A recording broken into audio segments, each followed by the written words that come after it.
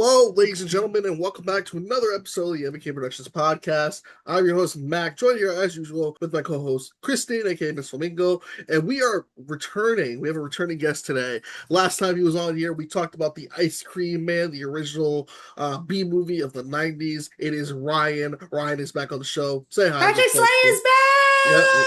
I'm back. Thank you so much for having me back so soon. Honestly, it was such a fun time the last time, and I'm just glad that I get to come back so soon because we had such a good conversation the last time, and I think this one's going to be just as juicy. Oh, yeah, you know it. Today, y'all, we are talking Disclosure Day, Steven Spielberg's latest film, and we're going to have some film news, but it's going to be a good episode. Mac, I know you've seen some movies lately because I do want to know your thoughts a little bit, but you saw Masters of the Universe. Yes, can you not know how to read my review? You sound like everyone I else. did! Bro, I'm talking about it for the podcast. Oh my goodness. Yes, Masters of the Universe was amazing. Bro. It was better than the movie we're talking about today, in my opinion. But it was fun. My dad and I had a great time. This is probably one of Jared Leto's best roles in a few years because we didn't have to see his face. We did have to hear his voice. His face was just nowhere near the promotional. I love the performances and everything like that. It was just super fun. Unfortunately, it reminds me of Dungeons and Dragons of 2023, a movie that is good, but probably going to underperform at the box office. And if we get a sequel, it's going to be underly funded or going to go straight to Amazon. But I have 100% faith that Masters of the Universe will do well on the on Amazon Prime. Yes, and I finished up Spider Noir on Amazon Prime. Oh, yeah? Yeah, I mean, if the new Spider-Man movie tanks, then at least we got a good Spider-Man thing this year. Spider Noir was super good. Me being a big Nicolas Cage fan, it was fun. We watched it all in black and white. It was pretty good. Ooh, do you know what I saw? Now, I can't find, I would have to go back and really find the post, but Spider-Man Doomsday. I saw somebody make a video and there was like somebody making it or there was something on Reddit. I don't know. Tobey Maguire Spider-Man could show up in Doomsday. Oh, I don't know how I feel about that. redundant. That's not Yeah. redundant. I mean, we Like we there was got something yeah. really weird somebody mentioned like on a TikTok and I was just like, wait, what? Where how did I not hear this? Like I was like so lost in the sauce. I felt like John Travolta in, that meme where he's like looking around like where did I miss this? That's how I felt. I was like, when are we gonna see that come up? But that's just how we're feeling with Doomsday is Marvel's really struggling right now. But we'll see how that turns out. But anyways, Mac, I have some movie news. Are you ready to talk some movie news? And Ryan, Well, you as well? before we Oh, get there, Ryan, how have you sorry, been? sorry. What else have you been up to since the last time you've been on the podcast? Well, I will just talk about the last week. I've watched 16 movies in the last week. Damn. I know it's all the Toy Story movies, all the Jackass movies, not the one that's coming out this week, but the prior ones. I'd never seen them. I watched Obsession again. I watched Girls Like Girls. I watched Big Fat Liar again for the first time in a long time. I love Big Fat I Liar. know it was like delicious to watch. It was just yummy. I was just like, oh, my childhood's coming back to me. Like it just tasted so good. And then I finally watched Nirvana the band, the show, the movie. Oh, tell me that's like not one of the best comedies of the year. Oh, I'm so sorry to report. I didn't like it. That's okay. That's okay. That's okay. It's not for But- everybody. But I appreciate the final act. The third act, there is some humor to it that I really was impressed with. I'm gonna revisit it again in a few months. I just feel like I'm in a frigid mood lately, so I feel like I need to be better and give it another shot. But other than that, just watching a lot of movies and watched Disclosure Day last Tuesday to prep for today. I watched it twice.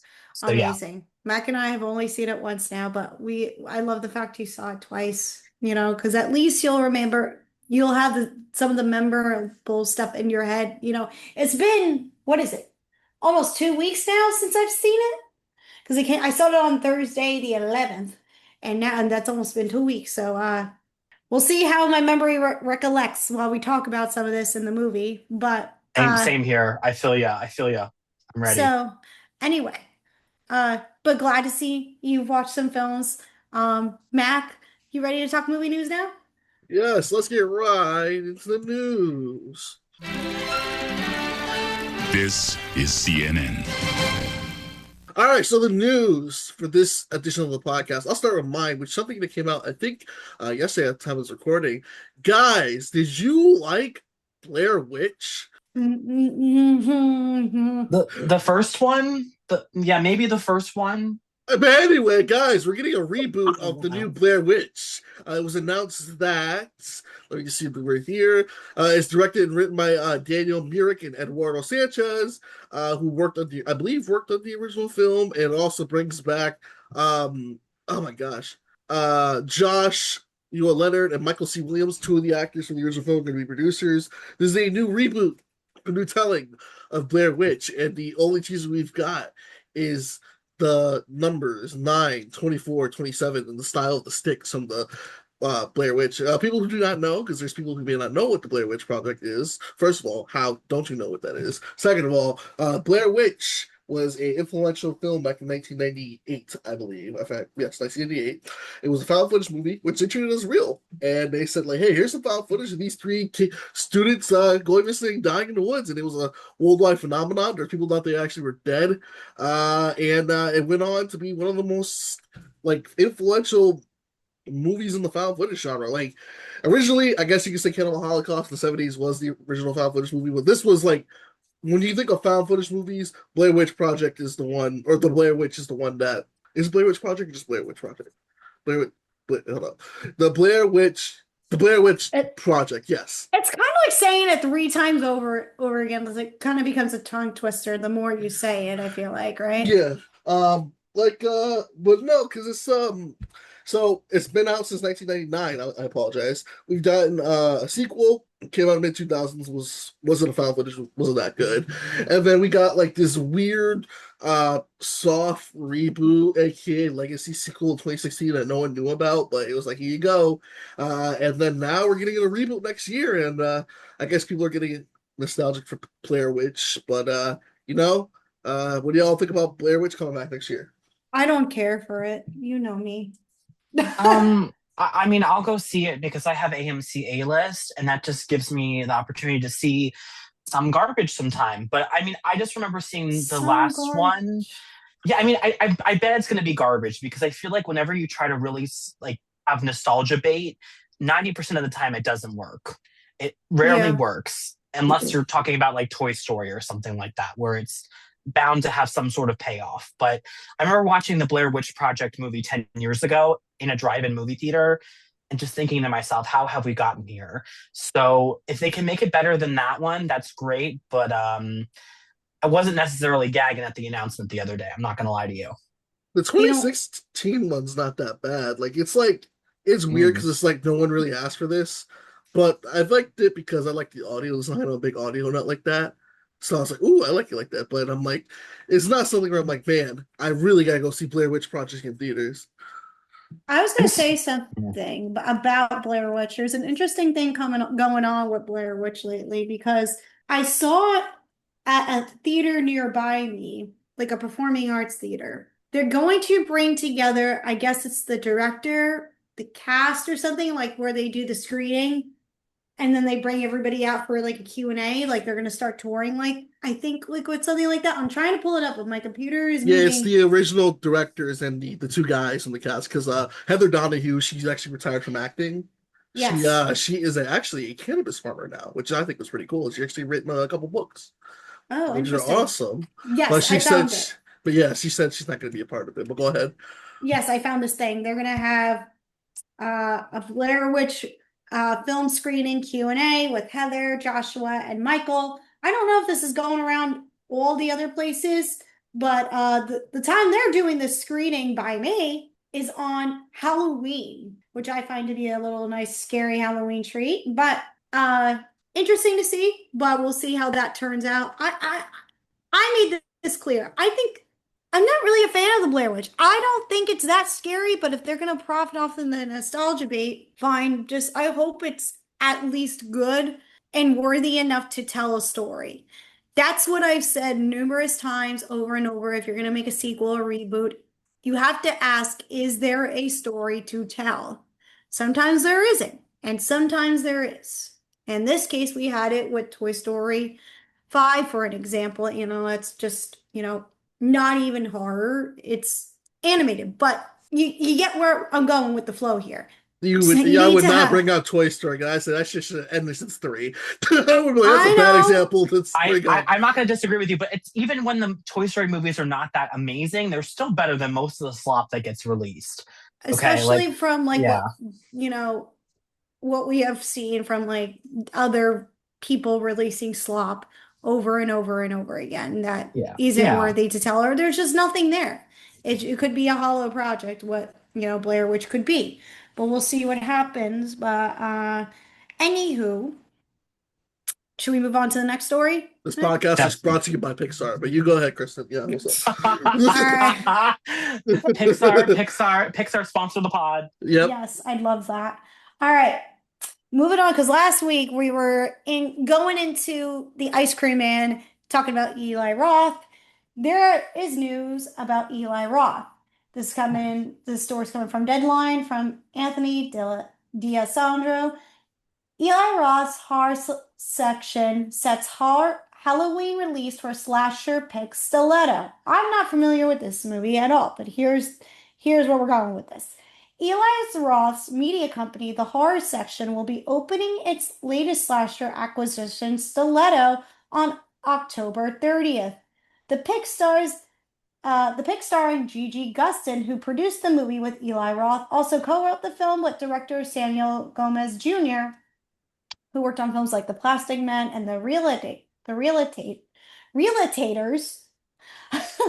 Gustin, a former exotic dancer, independently financed the project through her work. In Stiletto, on the 1-year anniversary of the brutal murder of an exotic dancer, a serial killer with a specific kink for afoot, stalking and slaughtering his favorite performers to feed his preserved collection of poems. Yep, so it's a serial killer exotic dancer film. So is Eli Roth directing this, or he's producing it? He's producing. He got the rights to release this. So we'll see how this turns out. I'm very curious, just based on the plot. But this is part of the horror section's upcoming slate. Includes Ice Cream Man, which will be released theatrically in over 2,000 screens on August 7th, and Doggo in That House. Beach, with Snoop Dogg on board as a writer and producer and a performer on the original soundtrack. So remember when you guys just said AI, like slop in Hollywood and stuff like that, and you want to read that story and just say like, yeah, this is going to be some high quality cinema right here. I think that's the point of that film. Yeah. That Stiletto is going to be camp. Hence, what we were kind of talking about last time with the Ice Cream Man. You know how that was all camp? Well, that was peak camp. We'll see how Stiletto turns out. There's levels to this stuff. I mean, it sounds fun. Like I'd definitely watch it. Yeah, I mean, I'm definitely gonna see it. I'm gonna see it. Shout out to my best friend Will. He's probably gonna love that movie. I probably will not. But he loves horror movies more than anything else, and sometimes the slop that he takes me to scares me, truthfully. Yeah.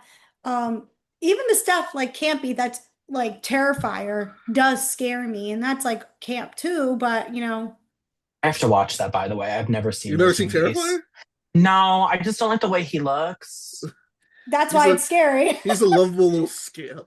I just his face is ugly, and I don't know if I want that ugliness in my life. You know what's funny? Like a camp horror movie I recommend is an Eli Roth movie. I think I mentioned this before.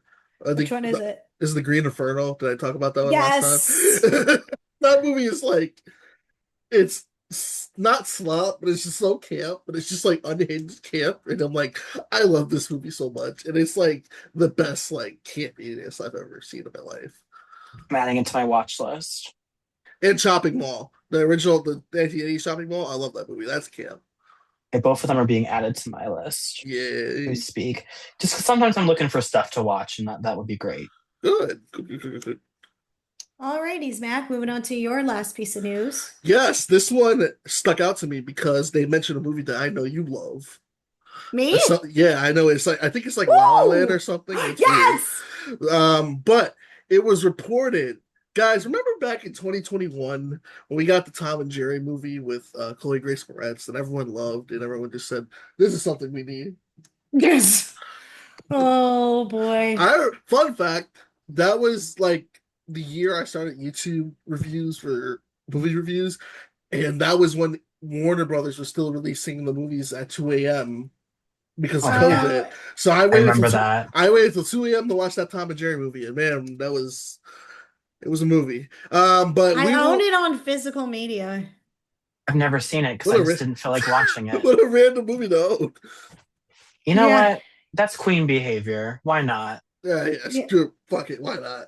But I didn't buy it, by the way. It came into my life. Was it like the Chef Boyardee commercial? It just rolled into your house. It's kind of. Love a disclaimer. Oh my gosh. But yes, we're getting a new Tom and Jerry movie, but this time it's in the rom-com in the style of La La Land, as it is going to be Rashida Jones, Will McCormick, and Michael Govier. They're going to be writing a new Tom and Jerry movie. They've worked together previously as writers, directors, and producers, including Toy Story 4, Celeste, and Jesse Forever, and The Invite. Mm-hmm. The last is which is a new A24 movie.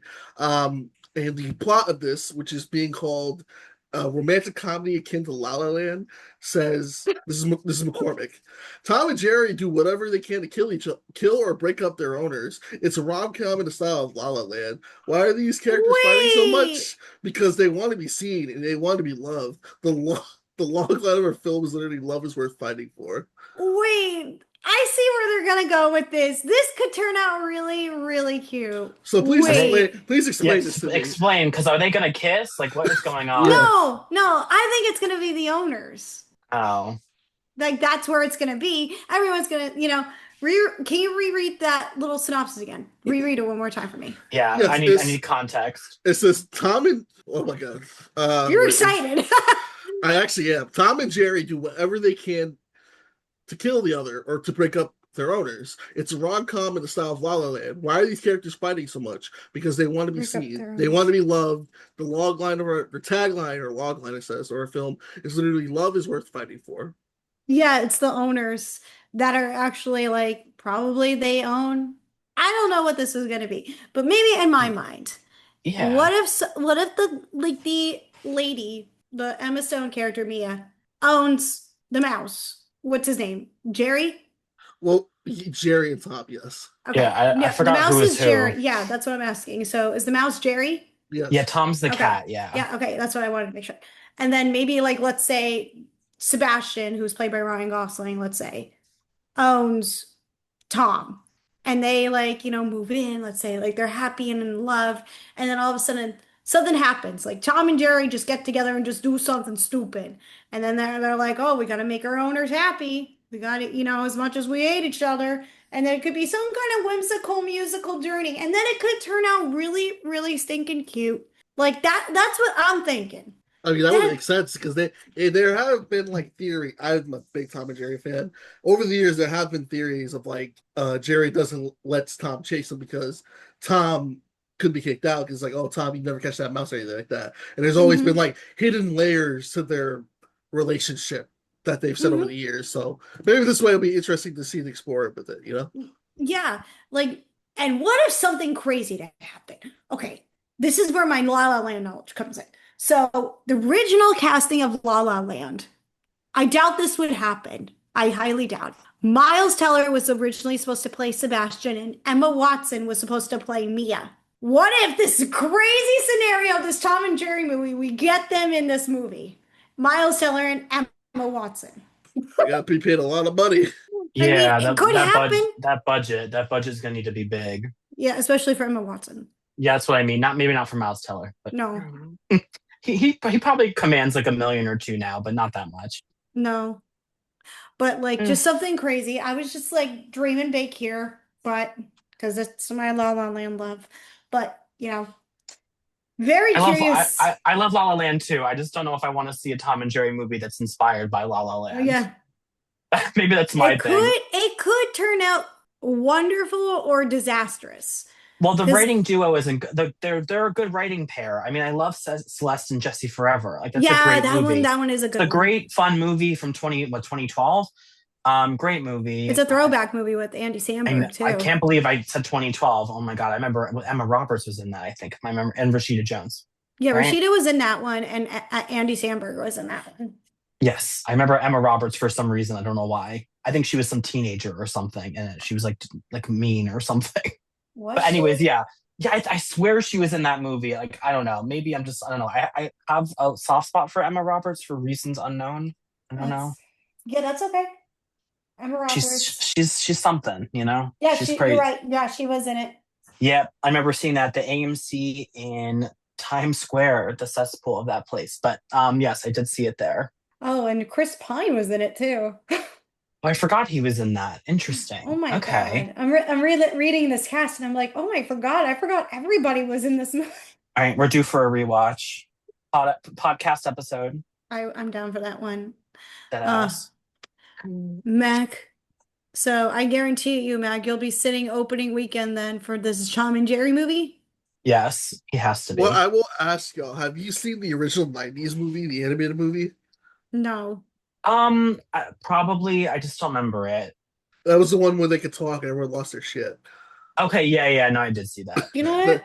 Now you mentioning that, I think we might have talked about it on this podcast because I know that was like a time, because I know you love your Tom and Jerry. I know you like your Hanna-Barbera classics because we talked about Scooby-Doo and all that stuff.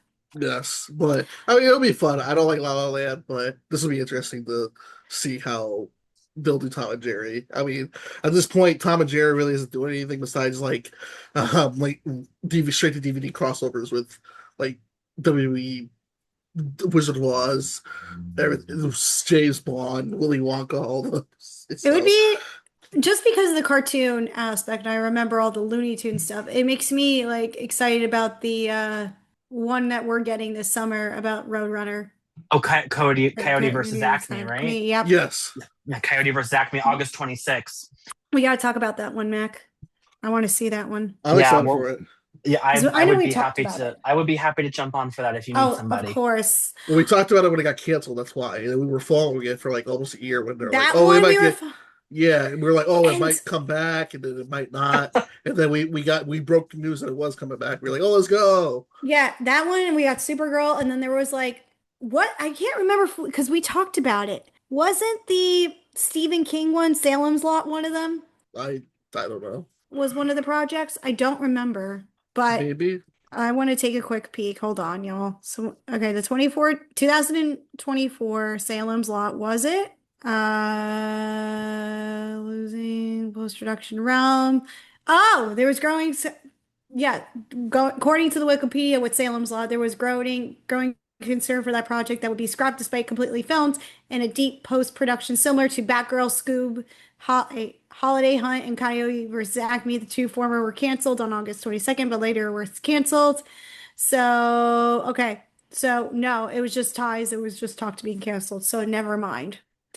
Because I remember talking about that on the show when we reviewed Salem's Lot, Mac. Anyways, we'll move on to the last news story, which involves the release of Supergirl in a way. Also coming from Deadline from Matt Grober, Craig Gillespie in talks to direct Glenn Powell and legendary sci-fi thriller Homewreckers.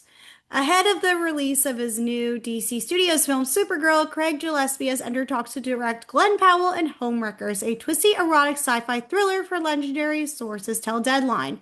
Perhaps for a legendary declined to comment based on the novella by Neil Page. Ooh, I'm going to have to read it if it's based on something. Who is adapting the film. The logline is being kept under wraps. It landed at Legendary in a competitive situation in December 2024 and remains in development. In addition to starring, Glenn Powell will produce. Slated to release by Warner Brothers this Friday, June 26, Millie Alcock led Supergirl marks Gillespie's entry into the DCU. All right, so Glenn Powell and Craig Gillespie. If you all don't know, besides Craig directing the latest Supergirl film, Craig has directed films like Cruella, I, Tonya, Lars, and The Real Girl, Dumb Money. Some really, really good films over the course of his career.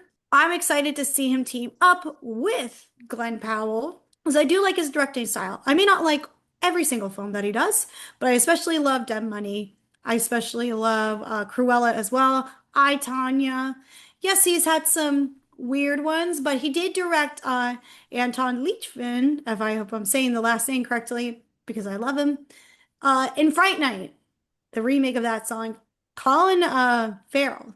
So, guys, I have to ask you, what do you think about this collaboration between the two? Well, considering they're both kind of on a losing streak right now, they kind of need something to Losing streak with Glenn Powell. Yeah, you're not wrong. I'm not gonna Running act like Man, and then that movie that came out this year that not really been a good 1-2 punch for him like now. And then his movie with J.J. Abrams and Jenna Ortega didn't really get that much of a bump from CinemaCon. I heard it kind of played muted, so he's looking at a 3 for 3 for not.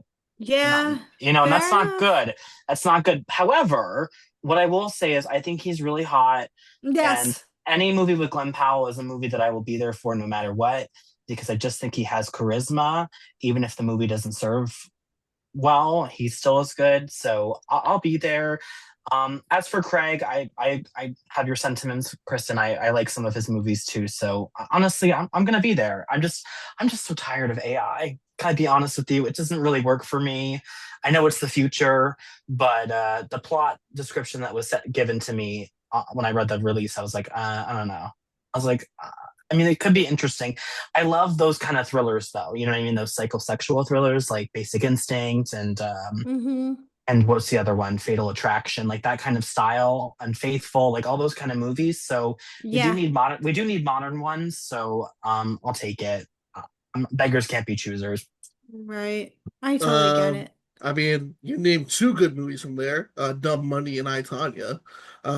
So I mean, the Fright Night remake was actually pretty good, Kristen. I agree with you. It was really good. No? I really liked it a lot. It was like one of my early entries into horrors, because I didn't get to see the original Fright Night until like after this one, because at the time when it came out, I was like, oh, I really like Colin Farrell. Let me check this out. And I thought it was like the perfect way to get me like into horror. And it still had like, the vampire stuff, because it was like still on the hype because of like Twilight when it was released.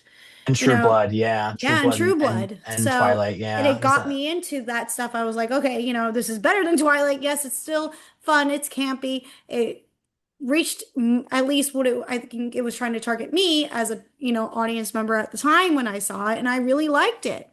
And I enjoyed, Anton, and I enjoyed Colin. It's not the best, vampire horror film, but I think it's very, very good. And it also introduced me to Imogen Poots. Oh yes! Oh my god! That was Imogen. Yeah. Oh, I think it's Imogen, isn't it? Oh, if it's Imogen, I always thought it was Imogen. I remember she was in. It's Imogen Poots. That's how I always said it.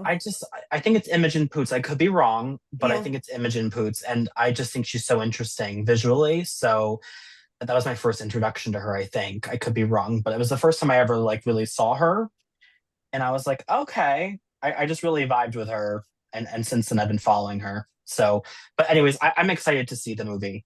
Absolutely, the new one. I'm curious. I'm curious about it. I'm not sure if I would say excited. I think the Glenn Powell thing kind of captivates me a little bit, despite his misses. I agree. Alrighty, so but that's all my news. But Mac, you want to tell people to send the news over our way? Yeah, any news stories that you have, always leave them in the comments down below, or reach out to us at the M&K Productions Podcast Instagram. But guys, I think it's time for a full disclosure. I think we need to get into the topic, which is Disclosure Day. The title of the movie. I have all their secrets. People have a right to know the truth. From Steven Spielberg. That truth will upend all established order across the entire world. They're coming. You don't need to fear them. I fear us. I can see you. Disclosure Day, rated PG-13, in theaters June 12th. All right, so we are back And we are a topic for today. We're going to be covering Steven Spielberg's newest film, Disclosure Day. It's from an original idea from Spielberg, but it's also written with a screenplay by David Kopet. It stars Emily Blunt, Josh O'Connor, Colin Firth, Eve Hewson, and Coleman Domingo. And to not give spoilers or kind of like, well, I guess spoilers at least because the trailers give it away. It's essentially about a big conspiracy. Josh O'Connor's character is a whistleblower who's trying to figure out a way to have full disclosure that aliens exist and that they've been around since Roswell. While Colin Firth's character is the head of a secret arm, I call them the Men in Black Diet, but they're called Wardex. Also, we're trying to figure out Emily Blunt's news anchor, meteorologist character, how she interconnects. So there's 3 different stories about this one big thing of like, should the world know that aliens exist? So the hype for this was immense. People were excited because it's like Spielberg's going to do an alien movie. He hasn't done an alien movie since 2005, War of the Worlds. I talked about that in a video of my own. I said I liked that movie, even though the third act is a little shitty. But it was excited that all these people were announced as cast. It was like, all right, here we go. And it was just like, all of them. Everyone was like, let's go. We're gonna get all this stuff like that. And the first trailer came out and it was Emily Blunt doing the sound. Yeah. The trailer. And everyone's like, oh, cool. And the trailers were the marketing was very like, they really did keep it on the wraps for majority because they're like, are they going to be like green aliens, the gray aliens, or these different monsters? Like, you get a good job of making people question what type of alien invasion film this is. And we all watched it, we all covered it, and man, it was fine. It was solid. Is it Spielberg's best work? No, but it was fun. I agree. It was completely fine. I think what really saves the film, at least for me, to make it at least 1000% watchable is Emily Blunt. I think she delivers in this film because not just because she's so talented, I think she gave the best performance out of everybody that was casted here, and at least is the character who is worthy to be invested by. The other characters are just, all the other characters were pretty good, but it's Emily Blunt who really steals the show here and makes the film worthy of a watch. And I kind of said that in my review. So, but yeah, I also agree that it is not Spielberg's best. It is not a classic, which I saw some critics say, and I completely disagree with that. It was missing that sense of nostalgia factor because yes, it was a sci-fi film and alien film, which he has done over the course of his career, but it's missing that. It was missing. I can't think of the word right now I want to say that's missing, but I don't want to steal the spotlight from anybody else. Somebody else want to jump in really quick before I for what part in terms of in general, and Emily Blunt, whatever you want to talk about. Yeah, I think for me, what I liked a lot, like I'm going to echo you and say Emily Blunt was fantastic. I really didn't like most of it, to be honest with you. I felt like it was pretty stale. But I think it looked nice visually. Like Emily Blunt's brilliant, and that's pretty much all I can say that I liked about it, other than the fact that it's an original sci-fi thing, which I think is great to have in this day and age when everything's IP. It's nice to have something fresh and original. Mm-hmm. I just feel like with Spielberg, I wanted more, and I wanted it to be yummy, and it just wasn't hitting my soft spot in a way that I was hoping for. And I think most audiences were expecting a little more from Spielberg to begin with. I feel like maybe it was a little tame. Yeah, I mean the audiences did not like it because it dropped 70% last weekend. Yeah, when I checked this morning, it was 71%. Oh, my favorite part about seeing Disclosure J was at least the John Williams score. I thought that score was fantastic. John Williams is 94 years old, and he is He's kicking it still. Yeah, he is like doing his best work, and is even getting better and better. I mean, is he? He's not doing the Odyssey, right? It's someone else. Ludwig Göransson, who did Sinners. Yes, and then we got Travis Scott too. Don't forget. Well, I don't think he has a song. I think he's just in the movie. He's just in the movie. He's not doing a song. I think he's just in the movie. Or he worked on some. Yeah, this is not Tenet 2.0, because I know he had the song for Tenet. Yeah. Remember that? I forgot about that song. Holy shit. I remember that. I'm a Tenet girl. I'm a Tenet girl through and through. I'm coming out as a Tenet truther. You know what's funny is that I described Disclosure Day as Spielberg's Tenet. That's a good way to put it. No, to me, this is Spielberg's The Happening. That's what it is for me. No. At least The Happening was like funny. Burn. This was at least The Happening you can laugh at. This one you can. Yeah, The Happening you can definitely laugh at. I agree. They're both worthy of a popcorn, but one you have to laugh and just be like, okay, I can't take this film seriously. Disclosure Day is one where you have to take everything so seriously because of the subject matter that it's looking to explore. And, if there's life out there, other than Earth, and then how it touches on religion, that's like something, it's a movie that it's looking to take seriously for, unlike The Happening, because of just like how stupid and ridiculous it is. It's and so just dumb. It's so Mark dumb. Wahlberg, questioning whatever. Mark Wahlberg was not the worst part of that movie. I can tell you there's someone else that was his wife. We can't just stand here as uninvolved observers. Mac, I think we need to do a watch along of that, but yeah, I agree. I thought we did. That's the thing. No, we haven't. Do you know what, Mac? Do you know what we haven't done a watch along since? I think the last time we did it was for Bullet Train. That's right. So we should put that on the radar. But anyways, I wanted to say something about John Williams' score. I said in my review, I think it's the best score that he at least has delivered to audiences since The Force Awakens, in my opinion. And that was like, what is that? Almost 10 years ago? Like 10 years ago now? 11 years ago? I liked Lincoln's score. Lincoln came out before Lincoln was 2012. Oh yeah, that's right. Force Awakens was 2015 December. Yeah. So, I like the score for Lincoln as well. But this one wise, because if we're talking John Williams score, because I was looking into it when I was like figuring out like where I thought John Williams stood as a composer, he worked on some films that you have reviewed, Mac, and said in the past. One of them being the latest Indiana Jones film, whatever that was.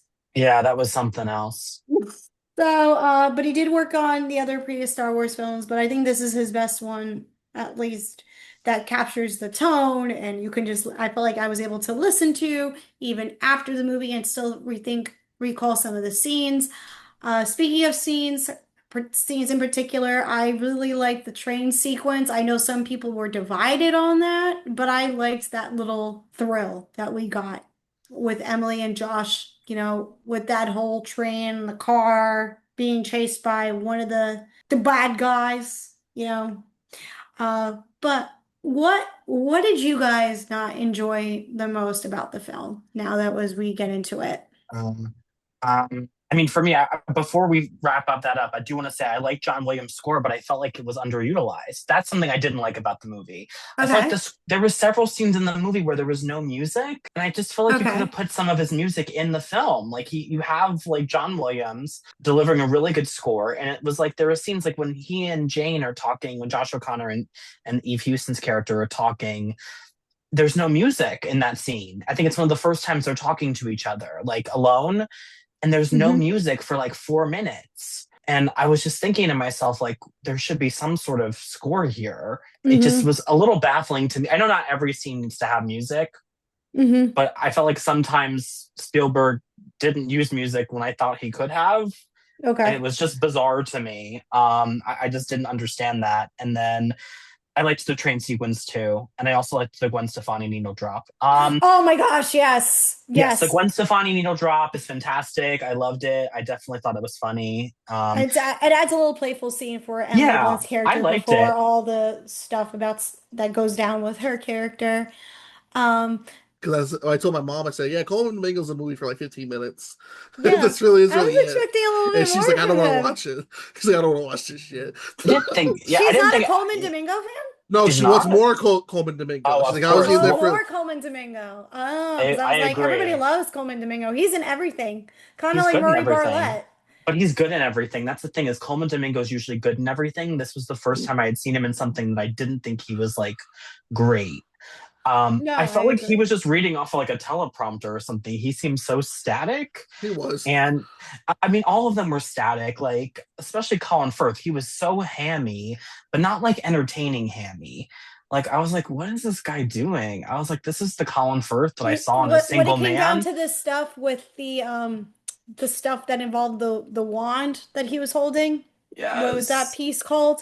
Yeah, I could see it in like that being, Yeah, I mean, I what don't you're think it was it describing. was nobody's fault. You know what I mean? Like, it was, I really don't It was think any of the definitely, actors. Well, I I It can think tell it's you wasn't the whose them. fault it material. was. It was Oh, David Cope's fault. His writing. David, that's yeah, it's no. David. It's Dave. Let me just Thank clarify. I God. think it's You just David read my Kep. mind. You read my mind. You read David my I Mitchell. mind. will say this. I really like David Kep Cap. recently in Cold Storage. Oh, I If didn't you see guys that. see Didn't that, see I that. really I didn't liked know. that. And I think that is way better because that serves like camp, sci-fi, a little bit of horror, like all that stuff that's like meshed in that kind of combines like a fun flair for his work. Because I especially like the writing for that book because it's also based on a book really well done, at least in my opinion. But I don't know, like what he was doing with, with this, and then last year we had the Jurassic film. Like I don't know what's going on.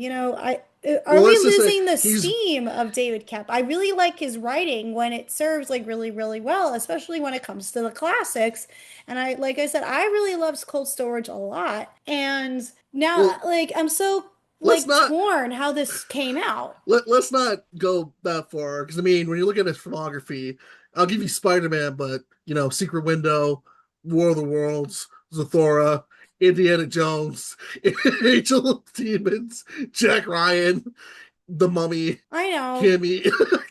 Indiana Jones and the Dial of Destiny. I'm like, yeah, I'm like, he was Like he, that stuff, like I'm not a fan of, but like I'm talking about the classics of like Jurassic Park in general, Mission Impossible, like that stuff. I mean, he gave us two Steven Soderbergh movies last year that I actually thought were really good. Mm-hmm. Presents in Black Bag that he wrote. And I Mhm. think he wrote them by himself, if I'm not mistaken. So He did, yes. I think when he's on a smaller scale, he actually works a lot better. I think when you're giving him these high concept things, at least in the modern era, it's not working. Yeah. No. And that's just really the truth. Like, I think he could work with Steven Soderbergh for the rest of his career and he probably would be okay. Um, but here we are stuck with him doing his original sci-fi that Steven Spielberg gave him a story for. Yeah. So Do I you don't think it would know. have been better if maybe Steven maybe co-wrote some of this? Because yes, this is a story by Steven, but at least it would have been better for him to at least adapt the dialogue that he thought was best fitting. But unless he thought, David Kep could pick his brain and really tap into it. But No. do you think he should have wrote it? No, because I No. feel like it would have still been my dislike. Because I never did say my dislike. The film feels unfocused. Like there's too many side plots going on. Like I'm going to be honest with you, Hmm. we're following Josh O'Connor's character and his girlfriend. We're following Ward X. Then we're following Coleman Domingo's character as he's like in the majority of the movie. Like why is he building like a full house set? And then we got Emily Blunt's character. Like there's way too many plots going on for everyone's like, okay, what's going on? And then it's like if you took like Coleman Domingo's character out of the movie, or not even that. If you took Emily Blunt's character out of the movie and you just made like Josh O'Connor that character, maybe like his girlfriend or something like that, I don't think anything would have changed. Or Okay, like, I can see what you're saying. Yeah. or like, just cut it down with it because there's just too much going on with that. Because we're like, Hmm. okay, we're following like, especially like it feels like they wanted to focus more on Josh O'Connor and his struggle more than like Emily Blunt. Because like for the first like 10 minutes, 10-15 minutes, it is Josh O'Connor's movie because it's Yeah. like he's already like established like what's going on, and you're like, oh, what did he do, what did he steal, why are they scared of him holding this thing like this and everything like that. And then it hard cuts to Emily Blunt's character, which you're like, okay, that's the girl from the trailer, how does she connect? And it just feels like, oh, okay, it's just she's gonna like she feels like a MacGuffin, Like she's just like she's in the movie. We cut to her because she knows like she's like this empath who knows everything because the alien psychic ability like that, and it cuts to her every now and then. But it feels like they could have had that with Josh's character. Maybe like his girlfriend was like a passenger too that he didn't know about because he was already like, "Oh, you're a nun. You didn't tell me about that," and stuff like that. But it feels way too unfocused. And honestly, for a 2 hour 25 minute movie, it could have like shaved some time off by like That's cutting what out I every also character. said in my review. Too long. It was too long, and I think stuff did feel at least overstuffed narrative wise. And I think it was a little bit of a struggle to get to that ending, which everybody has been talking about, especially with the newscaster. I was wondering too, I should ask you about performance wise, going back to that. What did you guys think of the newscaster? Because I've seen so many people talk about that newscaster, former newscaster, I should say, who became an actress, getting the role in this Spielberg film. She got a lot of praise for her performance, and because of the reaction that everybody seeing what unfolds. I mean, I don't think that's hard. I mean, how would you react if you seen all these like UFO footage like that? Like, I don't think there's a way to be like, oh my gosh, like wait, like she perfectly captured. Like, I don't even know how to put this into words. No, it's authentic. I completely agree with that. Yeah, I mean, I thought she was good, but I wasn't like blown away necessarily. I thought she had a good newscaster voice, and obviously knowing that she had the experience, that's great. It's good for her. I wasn't really necessarily blown away like the rest of the internet is. I'm sorry to the internet, but there are other performances this year that are a little more captivating. I definitely could name some, but I won't. Rocky. I mean, sure. Yes, Rocky. sure. Yeah. Rocky and Indy Navarrete from Obsession. Yes. You know what I mean? Absolutely. Yeah. And Zendaya from the drama. Like, I don't know, just some interesting work that's being done. And, she's in the movie for like 5 minutes. And also, like, we already have a newscaster in the movie. Like, I know they're trying to get this out globally, but it felt a little strange to like not focus on like the one person, like the person who's like your protagonist. Yeah, I feel like it would have been better maybe if they had Emily reaction and saying the news. I think that would have been crazier.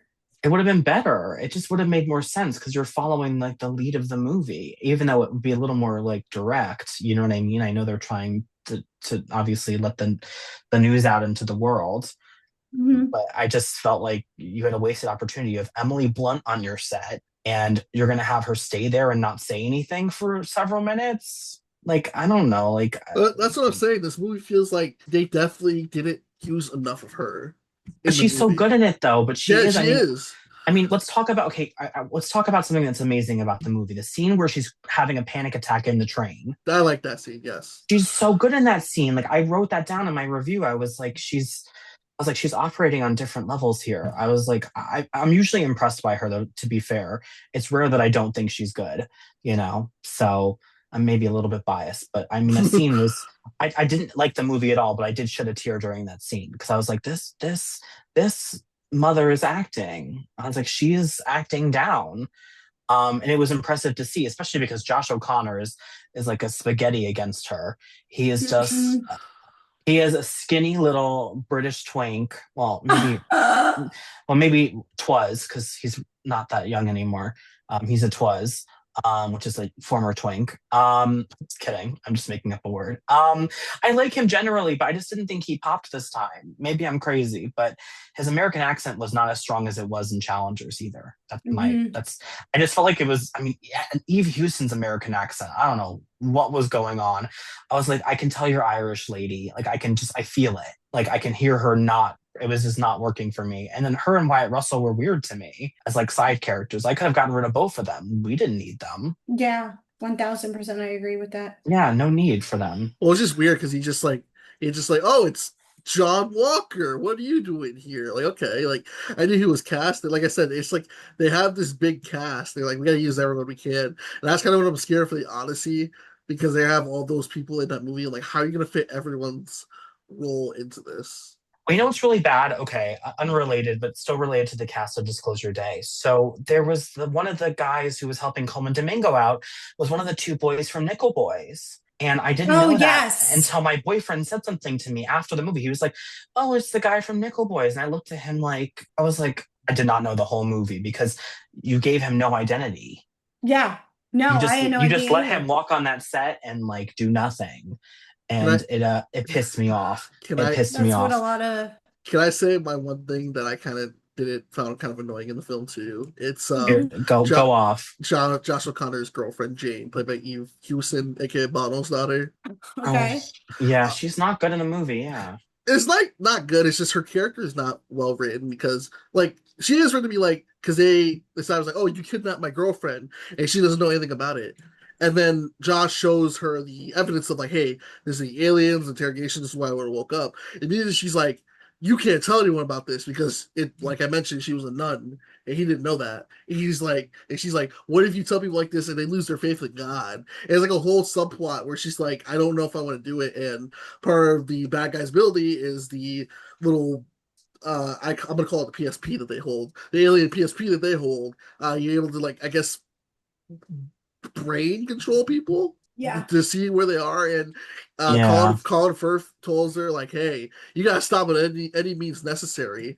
So like the connections can only be severed if like she hurts herself, she cuts herself in the hand, and it's like she's like a major part of the movie for like the first like hour, and then they get separated because like they get raided at the hotel because Colin Firth took over again. He's like, "You can't trust me." I thought he was gonna bind their eyes together, and then like, oh, but found out where you are, and then you don't see her until like near the end of the movie where she calls the nun. It's like, hey, if you found out that aliens existed, would that lose your faith in God? And the nun said, the nun says the most common sense thing ever. It's like, no. I was like, oh, okay. And then her only role is to come in and give Emily Blunt the PSP. It's like, here's the power. It's back on. And then she sits there at the end of the movie. I'm like, I don't know. I just feel like that her character didn't really do anything. Because I'm going to say this right here. I'm going to sound like the biggest, like, idiot, but I think this movie tries way too hard to be smart. It tries so hard to be deep, and I could see work. that. It doesn't. So then, what is your, as we wrap up, I want to say, what is your favorite Steven Spielberg sci-fi film? Do you have a favorite? Is it Super 8? You didn't do Super 8. That's J.J. That's Abrams. J.J. Abrams. You're not. Oh, not, is it Super 8? No. Oh my God! Did Steven Spielberg produce it then? He was a producer. Yes. Okay. You are not on the ball. No, I am not. Maybe we need a full disclosure. Kristen, you're my sister. You're cracking me up tonight. Wait, here's another thing too. Hold up. What was the ending? Was that supposed to be like the okay? Fuck it. Spoilers. Yeah. So the ending was like they were. It's the full disclosure. They're one of my favorite comments. Like, is this AI? I'm waiting for somebody to say like, is this AI? Is this real footage? But like, they hinted at like Home and Domingo helped one of the aliens escape, and I guess they bring this alien who, because Josh O'Connor and Emily Blunt's character were abducted when they were kids. Like that was their connection to be like these passengers for the aliens. And when Emily Blunt did her whole like speech on the news broadcast of the movie, Josh O'Connor was the one that understood it. And what was the translation to it? Like, listen, don't be afraid, or something. Yeah, something like that.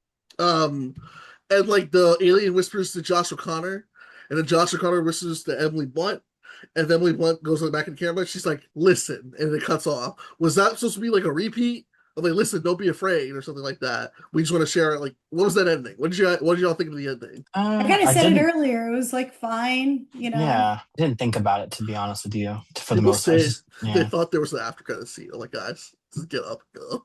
You're like, go home, go home. But I mean, in terms of sci-fi movie, I mean, you want to think about he's kind of done two better extraterrestrial movies. They're called E.T. and War of the Worlds. Well, I love Minority Report. Yeah, I like it. I'm gonna go with E.T. just because I feel like it is his best and it has a lot of different elements to it that I like. And just I'm gonna go with that one. Did you know? I'm gonna say something, and I probably will get some flack for it. But E.T. freaks me out as a kid. I could never watch it. Honestly, that's fair. I've heard so many people say the same Honestly, thing. Yeah. And for me, I found him endearing. I don't know why. I love that little blobby ever. I don't want to curse, I but could he's never get into I love him. it. I can get into E.T. anytime. I love his freaky ass. He's so weird. You know what I mean? Like he's a vibe. You know what I mean? Like, oh, I'll be really quick, but I have an anecdote. I was at the Universal Studios in Florida when I was a kid, and E.T. caught on fire at the ride, and then Oh my God. without missing a beat, I said E.T. phone 911. Ah! So I ate that up. But yeah, so that's why I love E.T. But yeah, so yeah, he caught on fire. Yeah, they had to the animatronic. That's kind of funny. It's fierce. It's fierce. You know what's funny that you think about like Spielberg's filmography?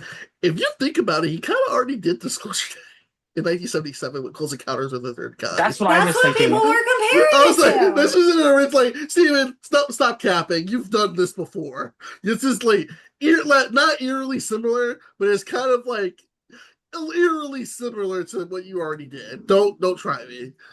I agree. I completely agree. But yeah, this is definitely his tenet, because I do feel like the mixed reception is interesting, because there are people that said this movie sucks and this movie doesn't suck. Like, if you're telling me that this movie was better than like Animal Farm, or is worse than Animal Farm that we got this year, then I don't know what you're smoking. I need some of that. But I just think that this is going to be a movie where people are going to watch probably again, and because Ryan, you watched it twice. Did your feelings go down on it the second time, or did they stay the same? No, I mean, I was at 2.5 out of 5 for both times. Oh my gosh. I was like, this is a 50% because I don't understand what's going on. It felt like it was trying to be smart, but it was pandering to nobody. I don't know what was going on, honestly. But I mean, it's visually cool, good score when there is one, and Emily Blunt is great. But I don't know. I've been giving 2.5s out a lot this year. Oh, I don't know. Maybe I'm just being a little harsh, but I think most people will appreciate it maybe upon another rewatch or two. Give it a chance. I'm going to give it another chance. On home release.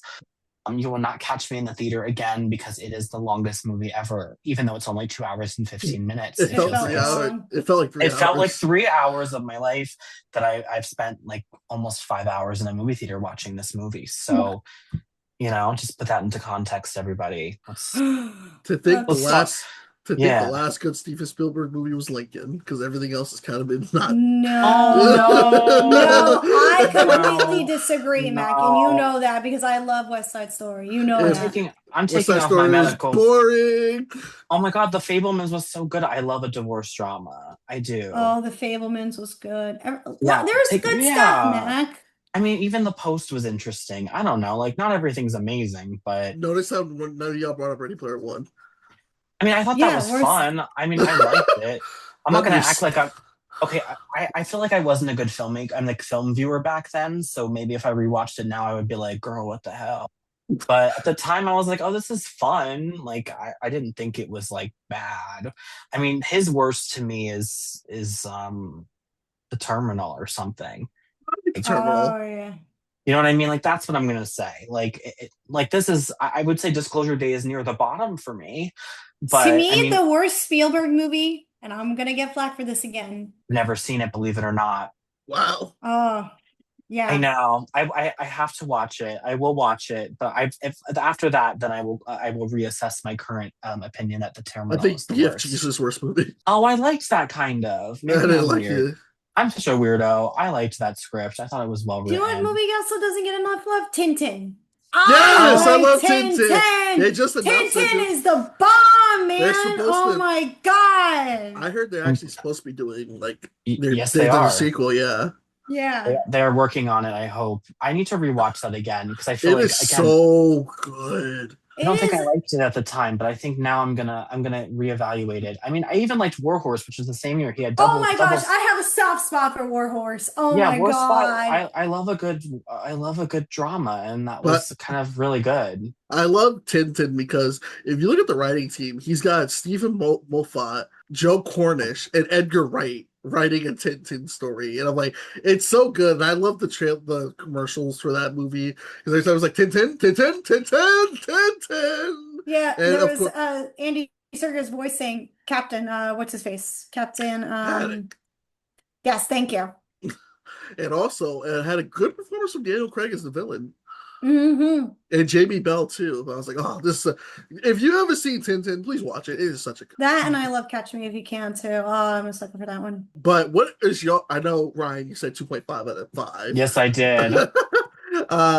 Kristen, what are you going to give Disclosure Day? Well, I gave Disclosure Day a B. I thought that was at least a safe score because no, it's not amazing. It's not classic Spielberg, but at least there were some parts that I really did enjoy. I liked Emily Blunt.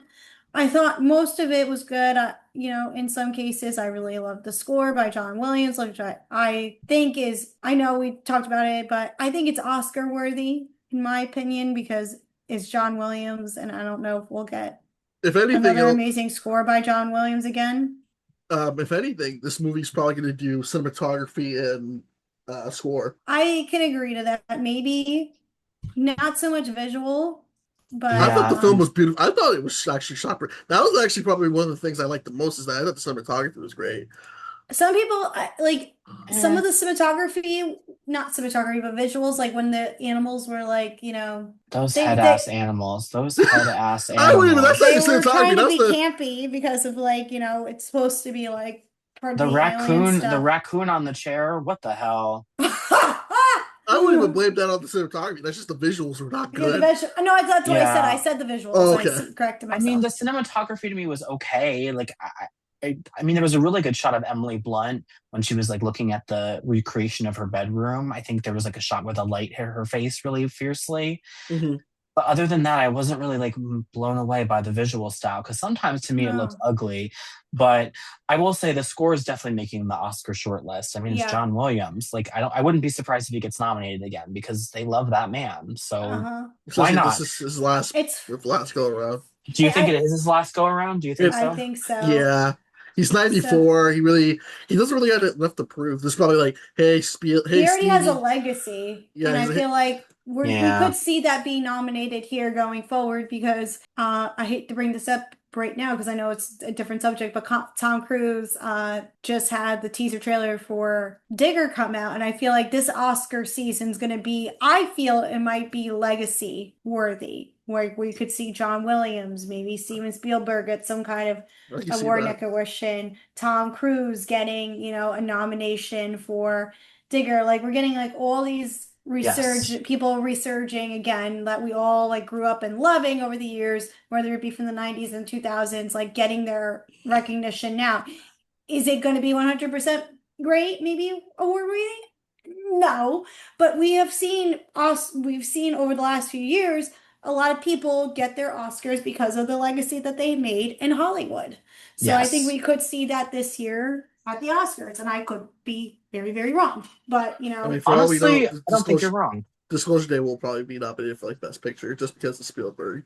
I don't think so. I think it's going to be Project Hail Mary for the sci-fi spot. I think it's going to be Project Hail Mary or Doom Part 2 or Doom Part 3. Yeah, that's my prediction. I can see this if they nominate this for Best Original Screenplay because Project Hail Mary is Best Adapted Screenplay.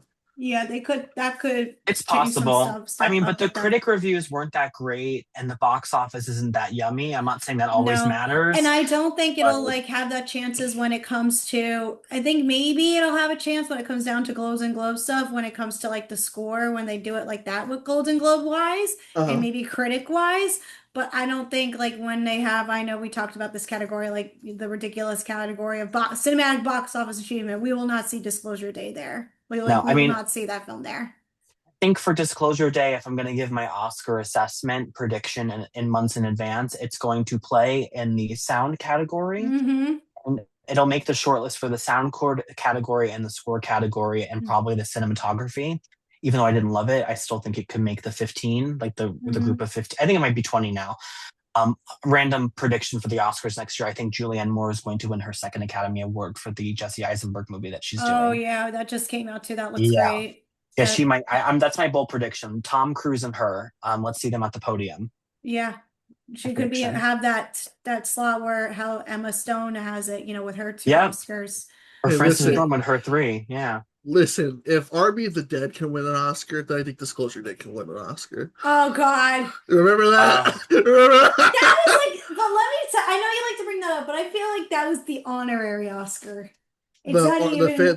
what was it? The fan favorite Oscar? Yes, the fan favorite Oscar that wasn't even a real Oscar. It was like voted for the T. I don't know. I remember that Oscar. Was that the Will They Smith did that. It slapping was like one? That same year, yeah. Yeah, it was the Will Smith what a slapping one. time!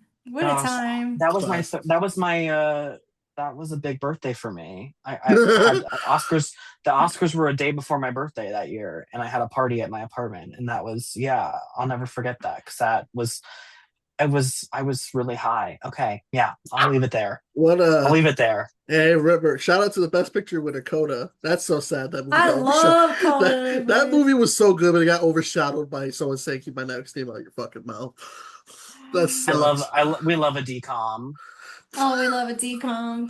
We love a decom for Best Picture. That was Coda. But I guess we should probably wrap it up. I think we've disclosed enough on this day. I'm gonna keep saying that because I like that. It's like because when they say it's a full disclosure day because I'm like, oh, I get it. But you know what? Actually, watching Disclosure Day, it reminded me how much I love Men in Black. And probably Men in Black to this day is probably the best alien control movie we've gotten since the 90s. I miss Men in Black. We don't talk about Men in Black International though. That one doesn't exist. That one's I wonder if we're gonna did you know that Marvel Comics owns the Men in Black series? Yes. No, I didn't know that. Yes, the Men in Black comic books is owned by Marvel. So technically, in a way, Marvel owns Men in Black. In a way, that's crazy. It's kind of like how they own the rights to Big Hero 6, the comics. Mm-hmm. Which I love Big Hero 6. But guys, I love Big Hero 6. I usually have the episode on box office reports or what's coming up, but I want to do something. We haven't done that in a while. Yeah, but I want to do something different. It is. I've always said 2016 is like one of the more interesting film years that we've got. And there's a lot of like great films that have turned 10 years old this year that we have remembered. I would ask you this, y'all. What is one movie turning 10 years old this year that you like the most? Oh my God, this is my easy question, La La Land. You should know this, Mac. Besides La La Land. Ooh, The Nice Guys. Okay, I'll give you that, yes. Manchester by the Sea. Oh, yeah. Oh, you mean Manchester by the fucking sea? I love a depressive drama. I do. I really Michelle do. Williams.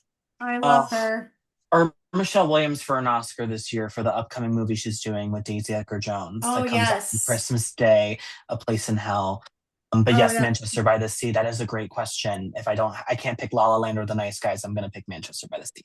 I'm going to go ahead and say Rogue One. Ooh. A Star Wars story. Okay. Why not? Why not? Yeah, work. Yeah. But don't forget, we also got probably the last Coen Brothers film together, Hail Caesar. Oh, God. I like Hail Caesar. Hail Caesar. I don't. I was Alden Ehrenreich is fantastic in Hail Caesar. Oh, yeah, he is good. He's Alden great. is great. He's such a good actor. He just won the Tony, too. He did. Yes. He did. He proved all those haters wrong.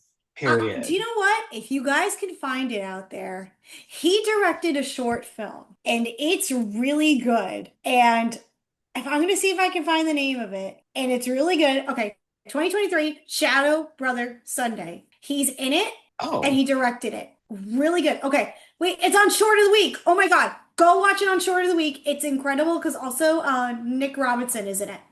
I love him. Oh my God, love Simon. Like, I remember seeing this because I think this was at Tribeca a couple of years, like when it was released, and I was like, Alden, where's your directing skills at, sir? Because it's phenomenal. I think it's a really good drama. So yeah, just don't watch Beautiful Creatures though. Yeah, don't watch. I think I say don't watch Solo, which I won't blame him for Solo. Yeah. I won't blame him for that, but her Beautiful Creatures is worse. I just watched it for the first time this year. I rented it from the library. Shout out to the library for having a physical media collection. Go to your local libraries. Yes. But it was gutter butt is the word I would use. And yeah, he was weird. He had a weird Southern accent in it. It was just, but anyways, he's a great actor normally. Just, err on the caution of the studio movies with him. One of Typically. my favorite movies he was in of like all time and does not get enough love is Fair Play with Phoebe Oh my Dynevor. God. Same director as A Place in Hell, the Michelle Williams movie. Nice tie back to Manchester by the Sea. Yeah, so the Michelle Williams movie is directed by the same director as Fair Play. But what do you love about Rogue One, Mac? Let's talk about it for a second, if you have a second. I love Rogue One because it feels like the most, well, until Andor, which Andor is the greatest Star Wars thing ever made. Fight me on that. I think, or at least recently in the Disney era, I think True. Rogue One is the best depiction of what Star Wars can be, and that's an actual war. Like, there's no Jedi, there's no like Skywalkers. It's just like boots on the ground, Saving Private Ryan, platoon. You said it. It's boots on the ground, like Platoon, Deer Hunter, Apocalypse Now, like a war movie, Star Wars movie, and it's absolutely awesome. It's got my boy Mads Mikkelsen in it, even though he's not in it for long. I love him; he's one of my favorite actors. Felicity Jones, who I think does not get enough love. Is in that Diego Luna, who Hollywood continues to underutilize, like to this day, which is just weird to me. It gave us Donnie Yen's character, who was awesome too. Freaking Alan Tudyk as what was his name? KBO. Yes, something like that. Yeah. What was the not the what was his name? Well, what was the robot's name? 1 second. It was K2SO. K2SO, that's right. Yes. And then seeing Darth Vader and what would turn out to be James Earl Jones' last voice as Darth Vader, which is awesome because this is directed by a horror director with Garth Edwards, which I was like, yes, I love Garth Edwards, and I will defend him because I actually didn't mind last year's Jurassic World, but he knows how to shoot scale, and like that last battle on oh my gosh, the last battle name on I'm trying to figure out the where was the what was the city's name? Scarif, I'm sorry. The last battle of Scarif I thought was awesome. And of course, who could ever forget the Darth Vader scene, which is like the only time we've probably seen Darth Vader be like a badass like that. Like an actual like scary force, like a scary figure in a Star Wars movie. Like we've seen it in TV shows and video games, but I love Rogue One. I think Rogue One is like it was the good, like, okay, maybe Disney can do something. I thought it was better than Force Awakens, in my opinion. All right. Yeah. See, obviously they don't agree with me, but it's okay. But it's whatever. I'll rewatch it. I'll rewatch it eventually, Matt. I promise. I'll give it a 10-year retrospective. I gotta have Dylan watch it because he hasn't watched it yet. What? No, Dylan. It came out knowing the fact this came out when my husband was doing his busy stuff in college. He didn't go to the movies or do a lot when he was college until he met Chris, me, until like when we were both graduating, like with our masters and all that stuff. So like Dylan didn't really get into movies until we were like together. I will say it is kind of awkward because I don't know if I told this story before. The weekend I saw it was the weekend that Carrie Fisher passed away. Oh, dang. So I saw it Saturday night, and I think the next day when she collapsed, and then she died that same night. And it was pretty weird because of the whole de-aged Carrie Fisher CGI thing they had.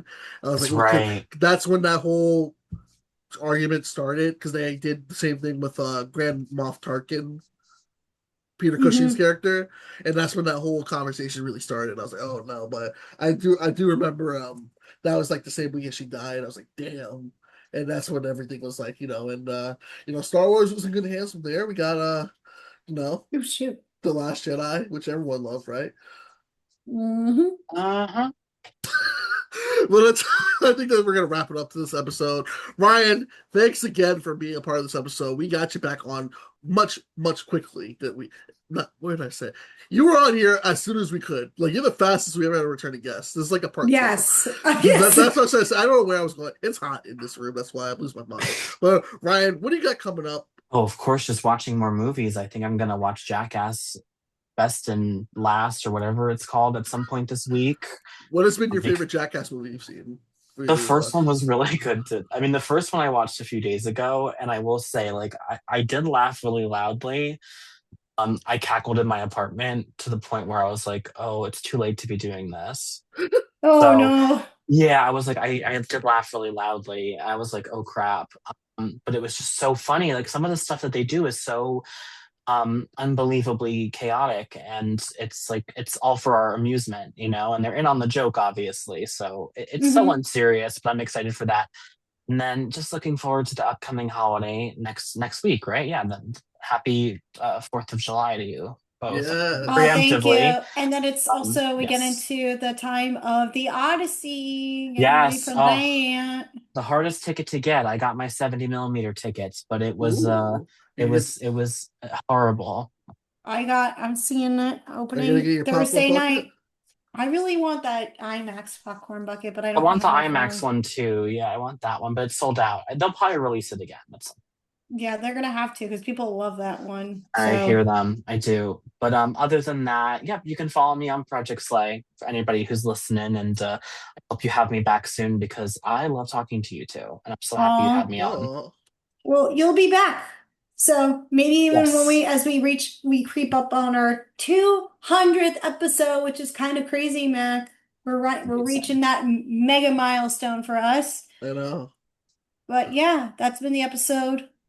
So, But yeah, thanks for tuning into this episode. Make sure you subscribe to the YouTube channel. Check out our latest episode where we got to talk to the director and the star of the newest action film that's actually been blowing up online. That's The Furious. Great action film that just came out. Make sure mhm. you donate to our Patreon. It's $1.50 a month. Every penny helps. Also follow us on Instagram at the M&K Productions Podcast. We'll post updates on when we're able to do these crazy new episodes. But until next time, I've been Mac. This has been Kristen. And this has been Ryan, and you listen to the M&K Productions Podcast. Peace. Bye. Bye.